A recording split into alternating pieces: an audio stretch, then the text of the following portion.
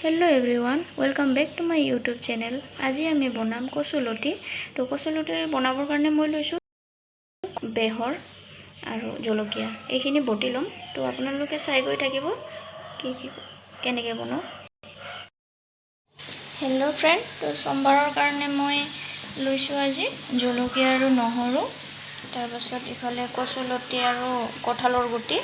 তো চাই থাকিব আপোনালোকে মই কেনেকৈ বনাও।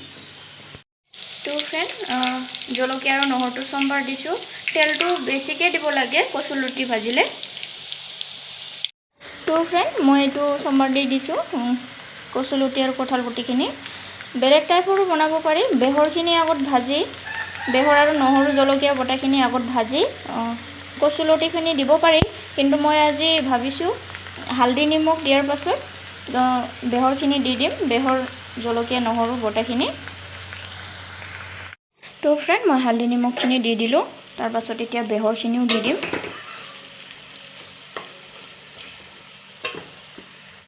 তো ফ্ৰেণ্ড, মই বেহৰ আৰু জলকীয়া নহৰু বটাখিনি দি দিলোঁ।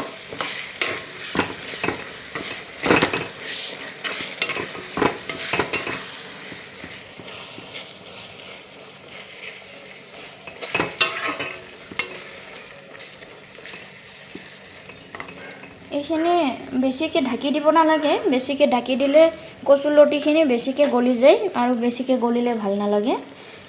তো মই এতিয়া বৰ্তমান এবাৰ ঢাকি দি আৰু ঢাকি নিদিওঁ। এইটো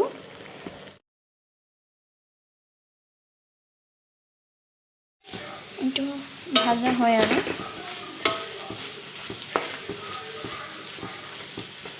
অলপ খৰখৰা হোৱা যেন ভাজি ল'ব লাগে এইটো, নহ'লে অলপ ভাজা নহ'লে ডিঙিত ধৰে। তো এইটো আৰু অলপ লাগিব।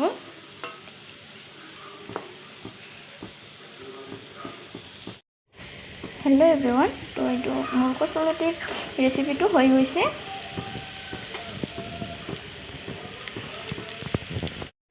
আপোনালোকে কচুলতি কেনেকৈ বনায়?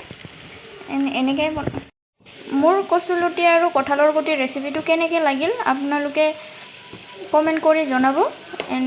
যদি ভিডিঅ'টো ভাল লাগিল তেনেহ'লে লাইক ছাবস্ক্ৰাইব কৰি দিব।